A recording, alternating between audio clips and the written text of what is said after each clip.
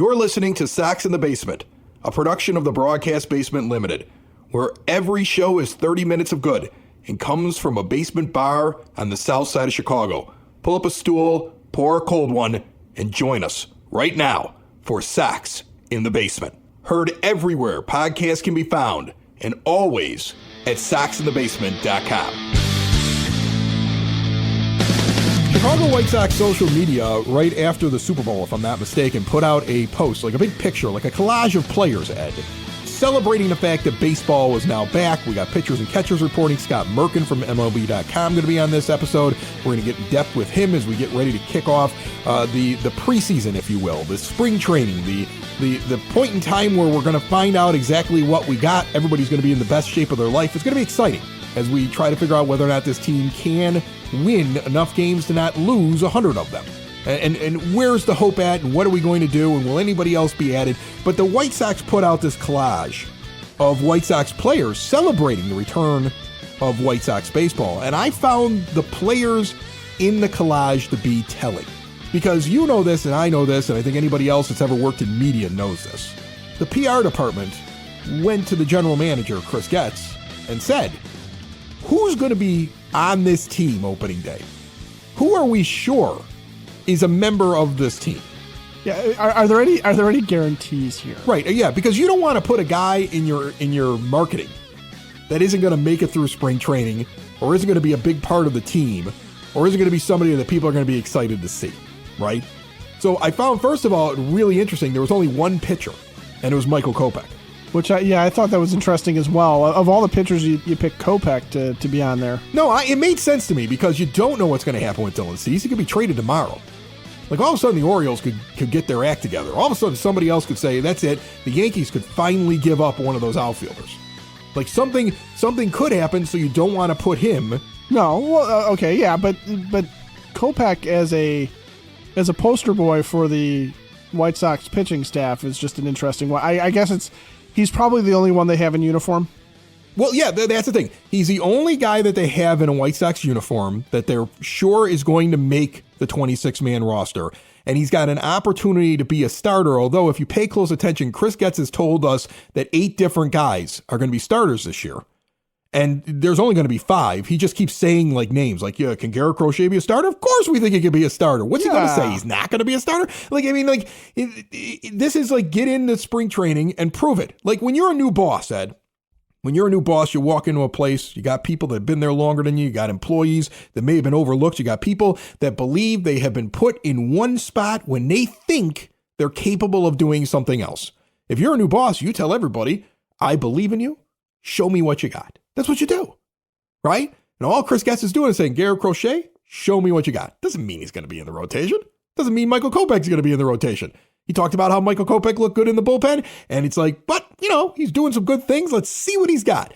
That's what you're supposed to do if you're really evaluating talent. The reason why Kopech makes sense is if he doesn't make the rotation, he could be the closer, or at least he's going to be a very high leverage guy coming out of the pen. No matter what happens, Michael Kopech's either a starter or he's such a good bullpen piece that you would put him in that graphic over pretty much every other arm, that because everybody else is a question mark, or you don't have a picture of Eric Fetty in a White Sox uniform. Right. Yeah, and I think that makes the most sense because I'm thinking about even Garrett Crochet. There's no guarantees that he makes the opening day roster because they may send him down. If they're serious about him being a starter, they may send him down to learn how to be a starter in the minors where the stakes are a lot lower than trying to do it at the major league level. Right, but they're going to tell him in spring training, go for it, big guy. Win the job. Well, of course they are. Right. And if he does win the job, if he's one of the best 5 starting pitchers that they have, they'll put up with him only going 4 or 5 innings, and having some shorter outings because it's going to be part of the process. And hopefully by the time August rolls around, Garrett Crochet has enough stamina and enough stretched out to be able to go, more 5 or 6 innings, which is what you need him to do. But I don't know that I could pick Eric Fetty out of a lineup if you just stacked 5 guys in Washington Nationals uniforms next to each other. Okay. I'm not even sure I know what Garrett Crochet looks like from memory, but I do know what Michael Kopech looks like because we've seen him front and center for so many years. Right. It makes sense. You have to have a pitcher, right? And then the guy who's like the big face, the largest image on the graphic, dead center. It's like those Star Wars posters, right? Where, you have like the main characters that are going to be in that Star Wars. Who's Vader? Who's Luke? Right. He's the big guy. He's the main guy is Luis Robert Jr. He's the main guy, dead center. And as he should be. Right. And the only pitcher is Michael Kopech. Eloy Jimenez is in there swinging a bat because that's all Eloy Jimenez does. Yes. And you can't get rid of him because there was no market for him, so you have to have Eloy Jimenez in there.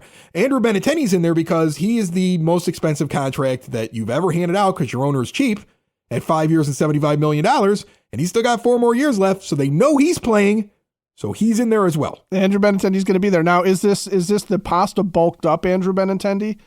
Is this meatball Benintendi, or is this still skinny Benintendi from last year? No, it's I don't know. It's got to be a picture of him from last year. Yeah. He's doing something weird. He's smiling. He's got both hands in a fist motion. And like he's driving a car, but he's not actually driving a car. So I'm not exactly sure where they took the shot from, but he's there doing something. And then they have Andrew Vaughn receiving a throw over at first base. And those are the guys they're sure are going to be on the team. And I think that's very telling. I also find it very funny that a guy that you're paying $25 million to this year, and Yoan Moncada, is not the graphic. I love that. Well, yeah. You know what they told him? They told him that he would provide the soundtrack to that picture. They just didn't tell him that there was going to be no sound. Like here's the thing. Like that's telling to me, not because they're planning on moving Yoan Moncada. Nobody wants him at that money, right? But they don't want to sell him around him. Yeah, but everybody would just be annoyed seeing him in the picture. Everybody would be annoyed looking at an overpaid, underperforming guy in the picture. So they're not. Well, he's the new Larry Garcia, isn't he? Right. Yes, he's the guy whose contract we complain about because he's not living up to it. And that will probably fall to Andrew Benintendi at some point in the near future. And but the other guys really that this team is now built around, the guys that are kind of forming Chris Getz' new core, you can't really put Nicky Lopez and Paul DeJong on a poster at this point. They're guys that are not even guaranteed to have their jobs, but they're guys that Getz is counting on to hold the fort until they find somebody better. Dominic Fletcher, we don't know. I don't know what Dominic Fletcher looks like. I'm sorry. So putting him on again, there's no picture of him in a White Sox uniform, and none of the guys that they brought in are big enough names that you'd be like, we got so-and-so on our team, come out and buy tickets. Right? Yeah, because you could do that if it's a bigger name, right? You could show them in the old uni, okay, and sit there and say, "Look, we got this guy," right? Like if they had, honestly, if they traded for Juan Soto in the offseason, he'd be on there. He'd be on there in a Padres uniform if they had to put him on. Right, he'd be on. Or it'd be such an extreme close up of his face that all you get is like the visor of his batting helmet, or something like that. They would find a way to work him in there. So here's the thing: I find that it's such a telling photo because, one, there is no addition to your team that's worth putting on there outside of, because they don't have a White Sox jersey on. So you don't have a big signing, right? And you've got guys that aren't in the graphic. And every single person in the graphic is somebody that you're sure is going to make the team in some regard. And you needed to have somebody throwing a baseball. Like if you had no pitchers in there, it would have looked weird. So you had to have a pitcher. And they're like, well, which pitcher are we going to use? Well, Kopech is the one guy we know is going to be playing somewhere. He's going to be somewhere. Every one of those posters across the major leagues, even for minor league teams that are putting something like this out, there's one guy fielding a ball, right? There's one guy throwing a ball. There's one guy swinging a bat. And then there's somebody, one or two guys mugging or showing that they're fun. Laughing. There's a guy laughing. Yeah, Andrew Benintendi is he's in fun mode in that one, right? Luis Robert is, he's in celebration, fun, serious Luis Robert Jr. mode, whatever mode that man's in these days. But the reason I bring this up, as you're listening to Sox in the Basement, brought to you proudly by Cork and Kerry at the Park, 33rd and Princeton, in the shadow of the ballpark, and one of two locations you can go into right now. And courtesy of Cork and Kerry and Kona Beer, you can register for free, no purchase necessary, to get a trip to Hawaii. Drawings on March 15th. And while they're doing this, you can also get a Kona Beer, $5 on draft, and enjoy the award-winning burgers at 33rd and Princeton at Cork and Kerry at the Park, your home for White Sox pregame, postgame, and in-game viewing. And then you can also register at the original location at 106th and Western, the original Cork and Kerry. But the reason I bring this up is because that shows you how many guys are question marks. And I find this spring to be so intriguing to me because of the non-roster invitees. because of the guys that are coming up from the minor leagues getting a look that are on the 40-man, and because of the guys that, if you go to, say, Fangraphs and look at the depth chart, that are on the current depth chart that may not make the team. And there are so many storylines of this. Again, this is why Merk's gonna be on here in a few moments, because he's been covering this team for decades, and he's down there in spring training. And who else would I rather hear from at spring training than Scott Merkin, because he's got his finger right there on the pulse. But when I look at this, I see a roster that I have to look at this roster through the eyes of, this is what Chris Getz is able to do with an owner so cheap that he reduced payroll, and he had to go out and do something. Like, I blame the low payroll on the owner, an owner who, like, just, and I'm not falling for the thing that I fell for the last time this team went low payroll. Oh, the money will be spent? Yeah, because that's not happening, okay? Because when you saved $50 million a year or more by not spending it, you didn't all of a sudden increase your payroll to something absurd and go out and sign Bryce Harper or Manny Machado. You didn't do that. So the money really wasn't spent. You just brought it up to what it should have been, but you didn't, like, take that extra money you didn't spend in those previous years and do, like, a big splash signing. So the money really wasn't spent, in my mind. That it was just a bunch of bull. No, because if the money was going to be spent, like right now, there's an opportunity. Jordan Montgomery's sitting there playing chicken with a bunch of different teams. Go sign Jordan Montgomery to a multi-year deal. Go sign Jordan Montgomery and make sure that you got a person in your rotation for the next 4 years. You're right with me on that one. Like, why not swoop in at this point and sign a Jordan Montgomery to a multi-year deal at the age that he's at right now? Because you're going to compete in 25 and 26, and if you really are going to do it, why not sweep in right now and do it? You've got all kinds of payroll, unless you really just don't believe in the guy. If you really believe that you're going to be able to pick from better pitchers next offseason, which they may believe. I mean, think about this. This is what Getz did, which I can't argue with. Knowing, and we've heard the comments already early on from down in Arizona, knowing his payroll is going to get cut, knowing there's only so much you could do in the first year, knowing that pitchers around the league looked at the White Sox as a team that plays such bad defense, it would be detrimental for them to sign as free agents there. He improved the defense. Eric Fetty had multiple suitors. And I know he's coming from the KBO, but we heard Scott White on this show talk about how different he is now. Well, a guy like that getting his second chance in MLB isn't coming to the White Sox if he thinks they have bad defense. No, he had a 70% ground ball rate last year in the KBO. That's a guy that's pitching to contact who needs an infield. He needs a really good infield to succeed. The way frankly, the way that White Sox fans grimaced every time Aaron Bummer came in, and partially it's because you knew that he was going to give up a cheap ground ball that Anderson was either going to boot or not get to, and the black hole of second base was never going to field. And, the defense improving helps a guy like Eric Fetty sit there and go, I am for real. Why do you think he only signed a 2-year deal at a relatively decent because he wants to see the White Sox prove that they can play defense. He doesn't want to be locked in for too long. And he wants to show up in Major League Baseball and show people he's the real deal. And you can't do that with a bad defense. So he's an example of a player that you probably don't get if you don't improve the defense. The White Sox have an issue, I think, in Major League Baseball where they have a bad reputation amongst players. Like, I don't know if every free agent wants to come to Chicago when the reputation is that the owner isn't really trying to win, would prefer to be in second place. We've heard those comments before. David Sampson's been on this show and talked about what he said that Jerry Reinsdorf said. How that he actually had that conversation. Right, we've had that conversation with him on this program. Okay, whether or not it's real or not, perception is this team doesn't go all the way in terms of pushing all their chips in, and they don't play very good defense, so why would I go there and pitch and hurt my numbers so that when I come out and I'm a free agent again, I've won nothing and I don't make as much money? So Chris Getz has to fix what he can control, right? He can't make the old man spend money, but he can change the perception of what the organization's like and how they do their business.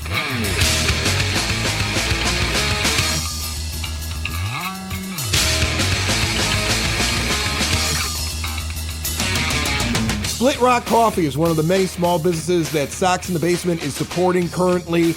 Online at soxinthebasement.com. You can check the link inside of the show notes or go to soxinthebasement.com, click on store and see all the small businesses, including Split Rock, founded and run by 2 disabled veterans to the benefit of other veterans. Check out the offerings from Split Rock and all of the other small businesses currently in our Vouch store at soxinthebasement.com. Joining me on the phone line right now to kick off spring training on Sox in the Basement, Scott Merkin of MLB.com. How are you, Merk? Good. I'm trying to actually figure out my TV, and it's in the hotel room here, and it's kind of screwing up. All right, I think we got it now. I'm glad everyone could be a part of that with me. I love it. Where I stay, they used to have DirecTV, so during spring training, we'd have like 300, 400 channels. It was insane. You'd have Big Ten Network. You'd have channels I never even saw before, like Axis and that kind of thing. And now they've gone to a more sedate setup, and there's like 20 channels. So who has time to watch, sports anyways, aside from maybe a Cactus League game when I'm off, or maybe an NCAA tournament, of course, in March. Everyone watches that. Even the players watch that. But speaking of NCAA, I know your team, since the last time we talked to you, Michigan wins the national championship in football. I saw you out there gathering interviews on Tuesday at spring training wearing your hoodie. Do you have something that says national champions on it for every day of the week while you're down there? Not every day, but I think just to set the tone tomorrow, I'll probably break out the championship shirt to start for day one, and then we'll maybe mix it in after a while, after here and there. I ordered a bunch of stuff before I left, and in order to get it on time, I paid the extra whatever it is, $18 to get it shipped overnight. So I guess if I still want something now, I'm staying at this hotel for 44 days now, because 2 days are off, so 44 days left. So I got plenty of time to ship it here if I want more stuff. So let's talk about, I think I want to jump right into the big question here. And you don't want to just keep going on with Michigan football? No, I don't. God, I'm really not that interested in it. The White Sox, some have categorized what they're doing as a rebuild. I don't know if I like calling it that, because you don't go out and get some of the veteran players that you picked up and have them slated for starting roles if you're doing a traditional tear it down for 4 years rebuild. This seems like a very quick process. How do you categorize what Chris Getz is doing right now? That's what I put in my newsletter today when we were asked for 3 storylines to watch. And one is, I do think it's a rebuild, but I don't think it's a rebuild that Rick Hahn and Kenny Williams executed, which, did well up until the finishing point, unfortunately. Where, you tear it down and you trade everyone away. And there still may be, if this team is not good during the season, which a lot of projections, Pacoda has them, 65.5 wins. If they're not good, then you may see some more veterans traded, someone like, for sure, Dylan Cease, because there'll be huge interest in a player of his talent and character, and, still a year and a half of contractual control. But, I think it's a rebuild, but it's also kind of a reclassification, a redevelopment, in that they're trying to build kind of a team. It's almost like they're trying to build a team handbook, they want a White Sox way. They don't feel there's been a White Sox way. So, Chris went out this year in this part and focused on defense. He focused on, I think, getting a more cohesive clubhouse. He focused on bringing in guys who've won before, like Martin Maldonado, who's going to be a great addition for that team. He focused on wanting the team to play a little quicker, So I think if they don't win this year, which again are the projections right now, that they don't look like a frontier team, they're going to be top tier team. Frontier sounds like they're in the Wild West, right? Top tier team. They're going to be at least entertaining to watch. And I think the thing with this though is any plan like this, where you start to build it up, you develop some depth, and let's give credit where credit's due. Some of this depth was brought about when Rick made trades at the deadline last year. But when you're building it up, you're going to have to spend at the end. And you're going to have to spend wisely at the end. And some of the expenditures the Sox made, while looking good and taking a good shot on paper, just did not pan out and resulted at the end of the last rebuild in 2 total playoff wins and, 2 really rough seasons. One where they were just the definition of mediocre in 2022, where they never got below 5 under. They never got above 5 over, I'm sorry. And last year where they were just awful. Last year where, by the end of April, barring a miracle, they were pretty much out of any kind of contention. So, you're gonna have to rely on a lot of guys developing, a lot of guys hitting, and some of the guys you have that you're going to keep continuing to build up, and then adding on key people to finish things off, which, they did add, but I'm not sure if they added that one final piece they needed to finish that, the last rebuild. So there's about 14 starting pitchers, maybe 15, depending on which quotes you follow over the last couple of months. It's going to be interesting how they build all these guys up. They're going to have a B game every day of the week, I think, if they're going to stretch all these guys out. Yeah, but exactly. We shall see. and you look at Pedro's comments, you look at Chris Getz's comments, and you're like, okay, they've got a lot of starting pitchers. Today, Pedro Gaffol mentioned 14 starting pitchers on the board competing, but only mentioned Cease, Fede, and Soroka specifically. And our Twitter or X account or whatever you want to call it these days put out immediately, those are the three names that feel like they're assured in the 5-man rotation. We've been saying that for the last couple of months. And then everybody else is really in a competition. So that's 11 pitchers fighting for 2 spots. Michael Kopech and probably Chris Flexen have the inside track, but nothing's assured, I would think. What do you think? Let's put it this way. There's certain things you expect to hear every camp from GMs and managers. And, I think both Pedro and Chris have been unfailingly honest, but I think there's also things you say. They do not, very few teams, and even if you're rebuilding or reconfiguring or retooling or redeveloping, whatever you want to call it, very few teams go into camp without having things set up, so they have an idea who these guys are going to be. And I would think, Cease, Soroka, and Fede are set. They're part of the 5. I think Kopech and Flexen are the final 2. We had asked Chris in an earlier Zoom about Flexen, and he said he expected him to be his 5th starter. So, that could change. I understand that could change. And, things do change. But, one of the things you want to do is you can never – now, again, a lot of these guys who are in competition have track records where you can base it on too. But you certainly don't want to base things on, oh, my goodness, this guy had a, 0.25 ERA in spring training because, as I've said many times before, no one ever got to the Hall of Fame because they were outstanding in spring training. You got to be better besides spring training. So I think it's, the competition is something they've sold since the end of last season. And I'm not saying it's a gimmick. There is competition, but when you think about it, there really aren't that many spots unless they really change everything to decide. Moncada is playing 3rd. DeYoung is playing short. Lopez, as of right now, is playing 2nd. Andrew Vaughn is at 1st. Maldonado and Stacey are your catches. Benintendi's in left. Luis Roberts in center. Eloy Jimenez is your DH. So where of those I just listed are guys where there's doubt in a position? You're not going to go to Luis Robert and tell him, man, 180 in spring training, maybe try a little bit in Charlotte before we get you back up here to start May or something like that. That ain't happening. So right field is still open. They added Fletcher, Kevin Pillar, Gavin Sheets, Oscar Colas doesn't get much mention, but he's still in the picture. And there's some bench spots that are open, but this is not like this is not, Major League 4 or 5 or whatever they ended up with on Major League movie wise. There are guys said, and I would expect that Kopech and Flexen are the final 2 in the rotation. Now, on the other hand, Kopech has proven his versatility. Kopech can work out of the bullpen. So he's one guy that I think you can stretch out and then possibly move into a bullpen role if you really feel that works better.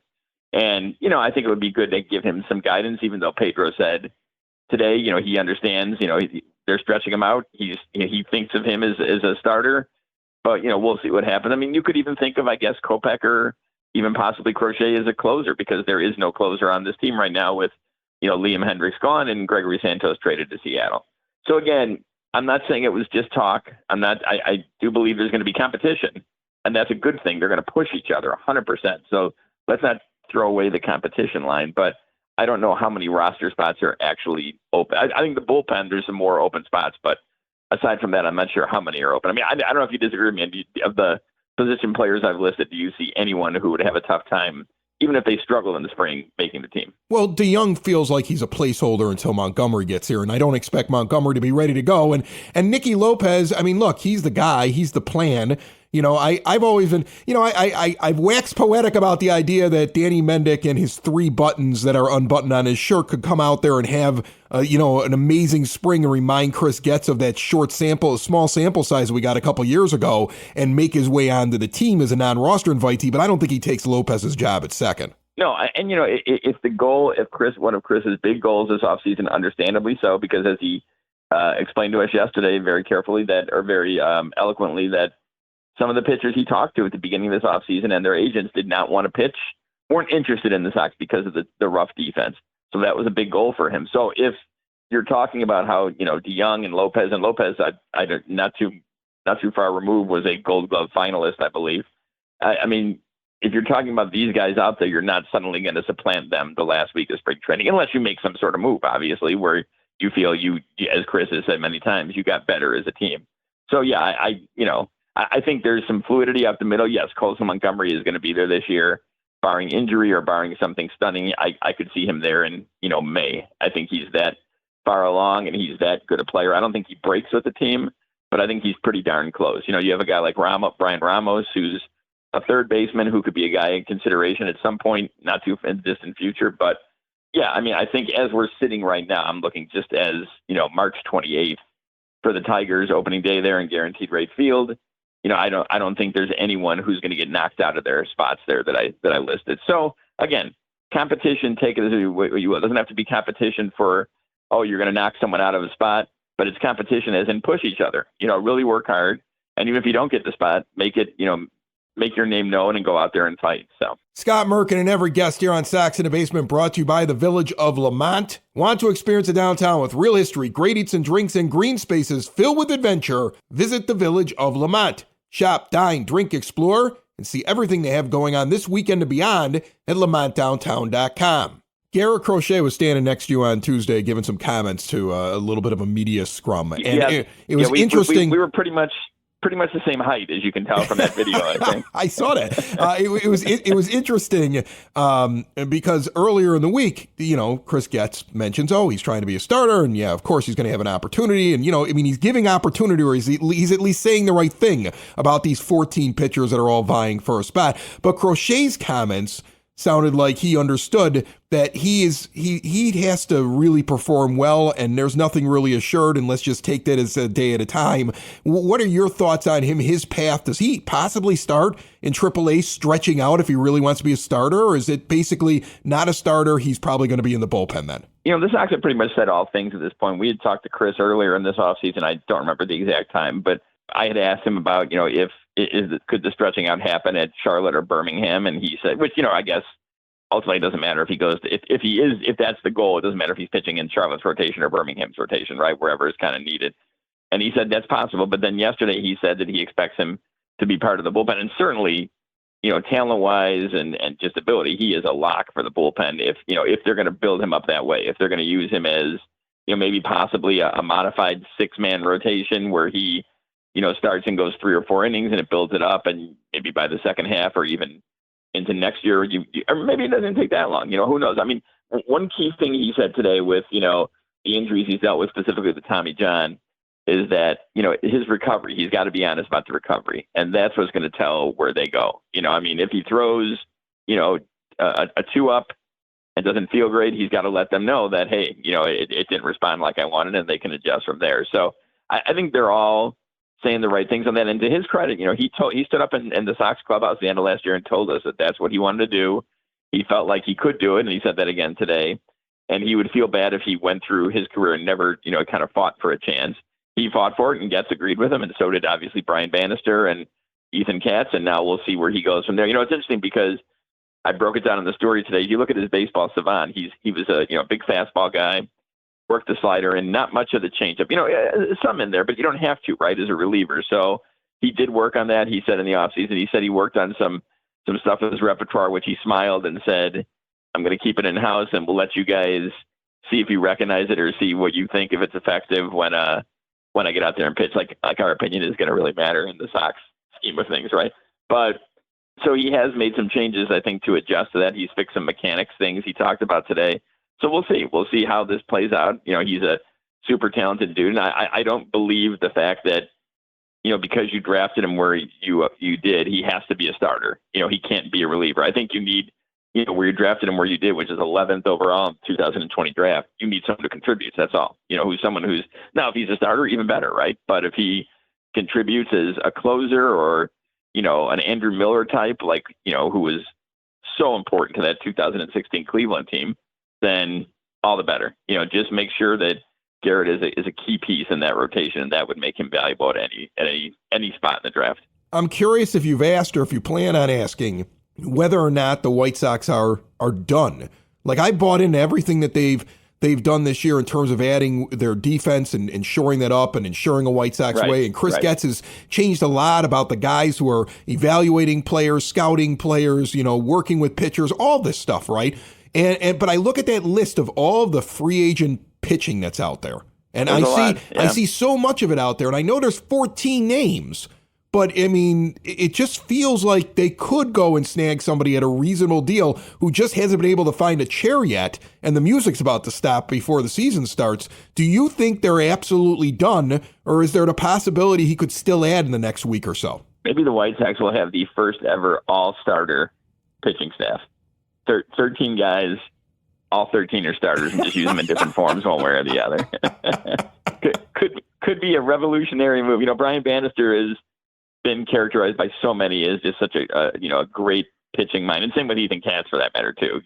Two guys who really Wise in the bullpen too. But I mean, I'm more familiar with Ethan Katz than Brian Bannister, but maybe he's going to change things that much. I really kind of thought they were close to done before they made those moves on a Saturday afternoon, evening to get with Arizona to get Fletcher and then to get the Loach, and I believe his name is Baroa, right? Baroa from the right-hander from Texas. Yeah. Anything's possible. And Chris said he's open to, making the team better, which is what Rick said and what Kenny said before him. That's the GM credo pretty much, right? So you do what you can, but it would be very surprising if they made some sort of big move or even some sort of mid-level move to add. And I think they like what they have. And, they added 2 more non-roster guys today. They added Corey Knebel and Dominic Leone. So we'll see how they factor in, and they have a pretty good group of non-rosters along with some of the minor leaguers they've added to spring training. So we'll see how that works. But as long as there's options out there, you never know. You never know what can happen. Something may fit into what they want and may make them better than what they feel they have now, and they may go for it. So like you said, there's so many names out there. There's so many guys there. You can't say it's not going to happen. I remember it was, I guess, spring training of 16. It would be right when they added Jimmy Rollins.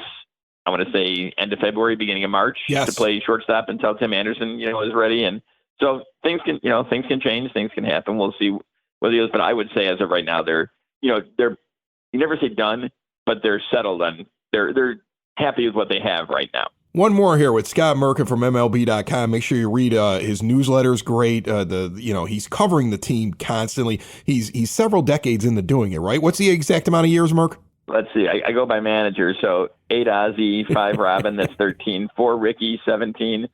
2 Tony and Cairo combined, 19. 2 Pedro, and 1 Jerry Manuel. So 22. This is my 22nd season. Holy cow. All right. So here's the guy. No kidding. Here's the guy I'm interested in because I'm not sure if there's a spot for him based upon what the GM keeps saying he's emphasizing. Chris Getz is talking about defense. He went out and added a couple of guys that have a legit shot of playing right field. I never look at Gavin Sheets as a defensive outfielder. In fact, it was never his natural position. Is he on the bubble? I mean, I haven't heard anybody say he's at risk of not making the team, but there's so many different guys, so much versatility, so much defense that seems to be added. Fletcher supposedly is a heck of a defensive player. Is Gavin Sheets in trouble this spring? No, I think he's in competition like everything else. And I think there is a spot that is open for the team, right? I mean, you have the backup catcher, which is Stassi. You have a utility infielder, or not utility. You have a all-around infielder, and I'm missing one other guy in that spot there. But and then another outfielder who I'm guessing is going to be Pilar. I think Pilar will make it, as a non-roster invite, and I think Fletcher is, pretty much a lock for the team. So I think you look at a guy like Sheets who can play first. He has worked his tail off to be, to be able to understand and play the outfield, right field, and very little bit of left field. He's a good left-handed power bat off the bench. Is that what they want from him? Is that what they feel they can get best out of him, where he's pinch hitting and maybe starting once a week or something like that? Or do you look at a guy like Deloach who you got from Seattle, who probably gives you a better a more natural defensive fit in the outfield and also has some left-handed pop? So, there are some options there, but I think Gavin's right in the picture. I think Gavin is highly thought of by the organization. So, and he is, a left-handed home run guy. So that's always valuable to have either in your lineup or off your bench. So I think, in that sense, I agree with Pedro that there's no one, because they've been here a few years and you're known, that's guaranteed a spot that could be up for grabs. In the same sense, I don't think Brian Ramos is going to hit 480 in spring and they're going to take him over Yohan Moncada at third base. You know what I'm saying? So I think there are some spots where the competition is going to be more decisive in terms of roster breaks, and there are others where it's just going to be good to see competition and good to see guys pushing. So going back to answer your question, yeah, I think, he's firmly in the mix. I don't think he's a lock to be on the roster, but I think he's firmly in the mix. All right, Scott Merkin, check him out on the Twitter. Get on the newsletter. Read all of his articles just by going to the White Sox website because he works for MLB.com, and he does an excellent job covering the team, and he's always gracious enough to jump on Sox in the Basement to check in with us. Have a great spring, and wear as much national championship attire as your heart desires, Mark. As they say, banners hang forever. You can't take away those titles. So, Sox in the basement. Sox in the basement. Sox in the basement. Sox in the Basement. Heard everywhere podcasts can be found, and always on soxinthebasement.com.